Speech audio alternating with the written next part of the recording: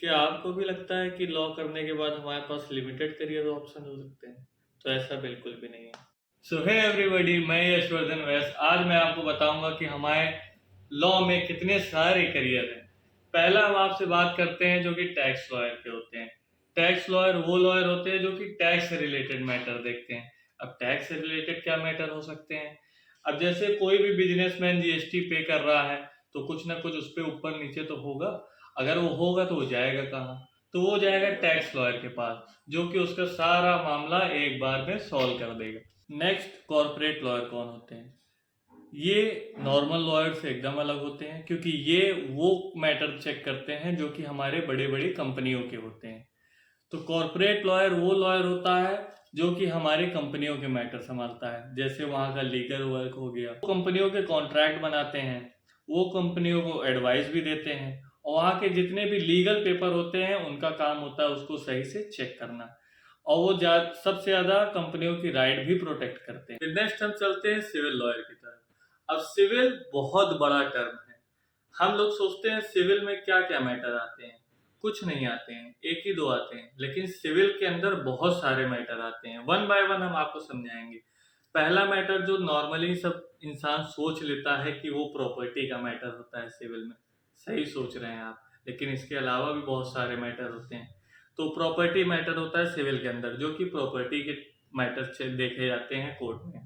फिर दूसरा हमारा आता है सर्विस मैटर। अब आप सोचेंगे ये सर्विस मैटर कौन सा होता है? सर्विस मैटर वो मैटर होता है जो कि एजुकेशन से रिलेटेड होता है।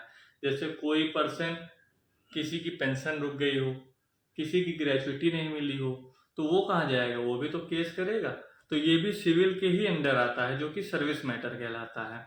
तीसरा, जो नॉर्मली आप जानते भी हैं, तलाक वगैरह, मैरिज वगैरह, है ना, तो ये सब भी सिविल के अंडर ही आते हैं। तो ये सब मैटर हमारे सिविल के अंडर वाले हैं। नेक्स्ट हमारा आता है क्रिमिनल।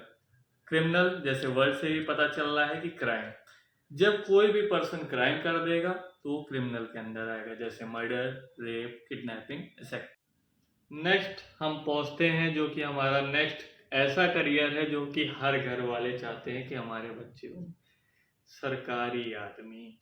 तो आज हम यहाँ पे आपको बताएंगे कि लॉ में भी सरकारी आदमी बन सकते हैं।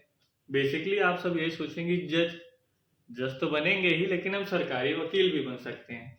तो सरकारी वकील का क्या काम होता है, कैसे बनते हैं? सरकारी वकील बनते हैं, एपीओ आप क्लियर करेंगे या तो एडीपीओ आप क्लियर करेंगे, तो आप बनेंगे सरकारी वकील।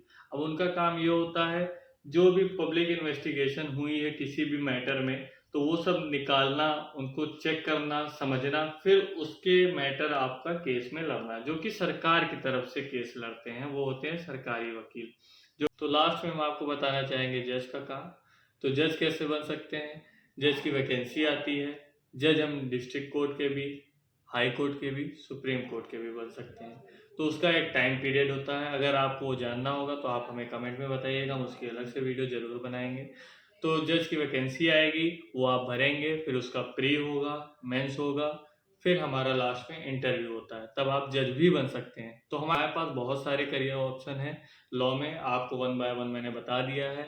अगर इसके अलावा भी आपको कुछ जानना होगा तो आप कमेंट में बताइएगा, मैं उसकी शॉर्ट वीडियो आपको जरूर बना